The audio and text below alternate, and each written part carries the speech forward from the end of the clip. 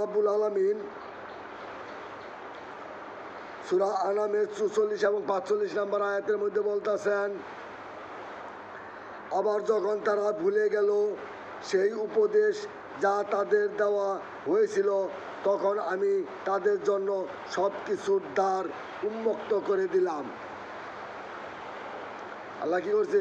সব কিছু আবার উন্মুক্ত করে দিল। অবশেষে তারা যখন উল্লাসিত হয়ে পড়ল তাদের যা দেওয়া হয়েছিল তার জন্য, তখন আমি অকস্মাৎ তাদের পাকড়াও করলাম। তাদেরকে আবার আল্লাহ কী করছে? পাকড়াও করলেন। ফলে তখন তারা হতাশ হয়ে পড়ল। আল্লাহ যে কোনো মুহূর্তে আপনাকে আমাকে পাকড়াও করতে পারে, এ ক্ষমতা আল্লাহর কাছে আছে। আমরা যে এত হ্যাডম দেখাই, হ্যাডম কিছুই না আল্লাহর কাছে। আল্লাহ যে কোনো মুহূর্তে পাকড়াও করতে পারে।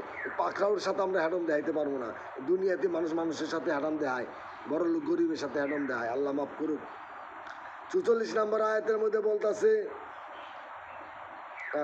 ৪৫ নম্বর আয়াতের মধ্যে বলতেছে, পরিশেষে জালিম কওমের মূলচ্ছেদ করা হলো, মানে তাদেরকে একবারে শেষই করে দেওয়া হইল। সকল প্রশংসা আল্লাহর জন্য, যিনি সারা জাহানের পালনকর্তা। প্রশংসা কার জন্য? একমাত্র আল্লাহর জন্য। কেন? সারা জাহানের সমস্ত মাখলুকাতের পালনকর্তা এবং সৃষ্টিকর্তা এবং রিজিকদাতা এবং গুনাহ মাফ করে নেওয়ালা, জান্নাত দেনওয়ালা, জাহান্নাম দেনওয়ালা, হায়াত মৌতের মালিক, সব কিছুর মালিক আল্লাহ। এই যে খালি মাটি, এই মাটিকেই আল্লাহ রিসার্চ করে গাছের ভিতরে ফল বানাইছে। এসবই কিন্তু মাটি। এইটা ফেলা তো সব মাটি হয়ে যাবে। মাটির সব মাটির, আপনি আমি আশরাফুল মাখলুকাত সবই মাটি। এ মাটি ফল খাচ্ছে, এটাও মাটি। আল্লাহ এই মাটিটাকে এত সুন্দর সুস্বাদু করে এক একটারে এক এক রকমের ফল দিয়েছে, এক একটার মধ্যে এক এক রকমের নাজ নিয়ামত দিয়েছে, এক একটা তরকারির মধ্যে এক একটা নাজ নিয়ামত দিয়েছে। সবই কিন্তু মাটি। সব ক্ষমতার মালিক কে? আল্লাহ। তাই ভাই দুস্থ বুজুর্গ, আমরা আল্লাহর গুলামি করি। আল্লাহর কালামের অর্থগুলো বেশি বেশি শেয়ার কপিং করে দেব, বেশি বেশি শেয়ার করে দেব এবং মানুষকে ইসলামের আলো, কোরআনের আলো সারা পৃথিবীতে পৌঁছায় দেব।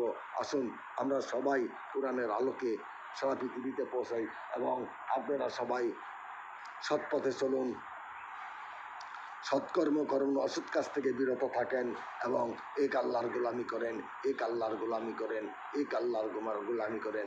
মৌতের 40 দিন আগ থেকে যত গোলামি করবেন কাজে লাগবে না। মৃত্যুর সময় কোনো আমল আপনার কাজে লাগবে না। আপনি এখনই হায়াত থাকতে, সময় শেষ হলে কোনো আমল কাজে লাগবে না। সময় থাকতে আপনার আল্লাহর গোলামি করতে হবে, এক আল্লাহর পূজা করতে হবে, এক আল্লাহর চরণে সিজদা দিতে হবে। সময় থাকতে আল্লাহ সবাইকে এক আল্লাহর গোলামি করার তৌফিক দেন। আমি